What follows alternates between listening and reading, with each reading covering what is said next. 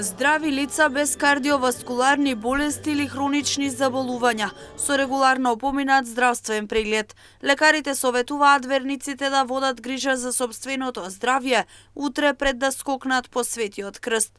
Задолжително да направат преглед пред да се пријават за овој свет чин и советуваат да се почитуваат препораките на лекарите. Пред се треба да бидат здрави, значи да немаат проблеми со срцето, односно кардиоваскуларни заболувања или други хронични заболувања кои што би представувало влошување на нивната состојба или не дај Боже некоја несакана ситуација во ова традиционално скокање по Светиот крст кое што е секоја година на 19 јануари.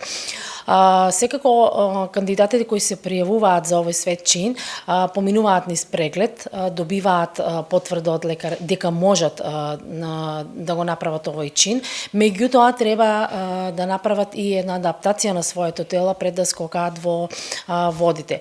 За среќа оваа година температурите не се толку драстично ниски, меѓутоа сепак ќе бидат ниски.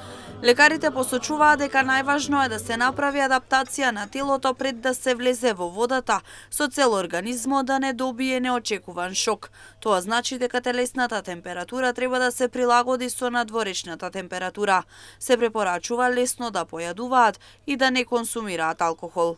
Во периодот пред да скокнат, треба да направат адаптација, односно своето тело да така некако да го адаптираат на ладните води во кои што ќе скокаат, односно да нанесат врз својата кожа вода неколку минути пред да скокнат, со тоа што ќе ја спуштат телесната температура и полесно ќе го поднесат шокот при скокањето во водата. Друго нешто е препорачено да носат мајци тенки, кои што исто така на некој начин ќе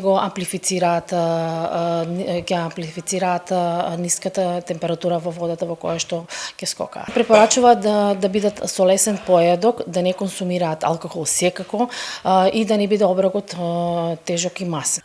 Доктор Митрова вели дека праксата од годините наназад покажува и верниците кои скокаат по крстот, пред се ги почитуваат препораките и со тоа не се доведуваат во ситуација да му предизвикуваат шок на сопственото тело.